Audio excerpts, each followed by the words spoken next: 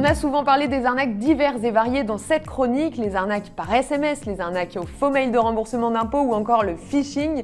Et c'est pour continuer cette série qu'aujourd'hui je vais vous parler des arnaques au livret d'épargne.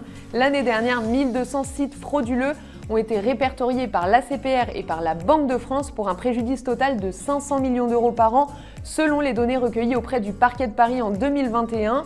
Par épargnant tombé dans le panneau, ça fait une moyenne de 72 000 euros. Au compteur, 338 nouveaux sites ont été identifiés par la Banque de France au premier trimestre 2023. Pour l'épargnant, la promesse d'un livret rémunérateur à 6% peut effectivement paraître très alléchante, mais pas que. Les escrocs ont plein d'idées. Un placement net d'impôt, un livret bien plus rémunérateur que le livret A ou encore des investissements verts pour soutenir la planète. Et surtout, beaucoup vous font carrément passer un quiz d'éligibilité à leurs offres. Évidemment, la promesse est aussi celle de pouvoir récupérer votre argent à tout moment et sans pénalité. Selon 60 millions de consommateurs, ce qui peut facilement porter à confusion, c'est aussi et surtout le très bon référencement de ces sites frauduleux.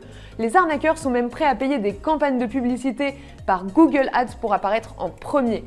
Dans une enquête du magazine, ils expliquent qu'en choisissant les bons mots-clés, cela déclenche même des publicités pour leurs offres. Vous serez ensuite contacté par un faux conseiller bancaire qui parfois même peut se faire passer pour une vraie banque comme Revolut ou Lydia par exemple.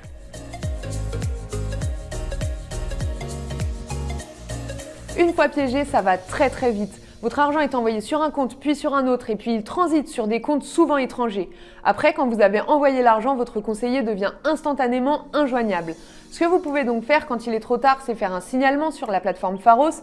Vous pouvez aussi aller porter plainte, mais surtout, avant d'en arriver là, n'hésitez pas à aller regarder la liste noire de l'AMF qui est déjà un très bon indicateur.